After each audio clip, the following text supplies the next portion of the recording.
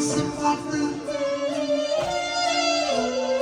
Nu știu ce viață aveam dacă nu te cunoșteam. Când te-am adus în casa mea, până mi s-a schimbat viața. A vrut Dumnezeu cu mine să-mi parte de fericire, să fiu cel mai fericit dacă Dumnezeu ne-a dat o fată.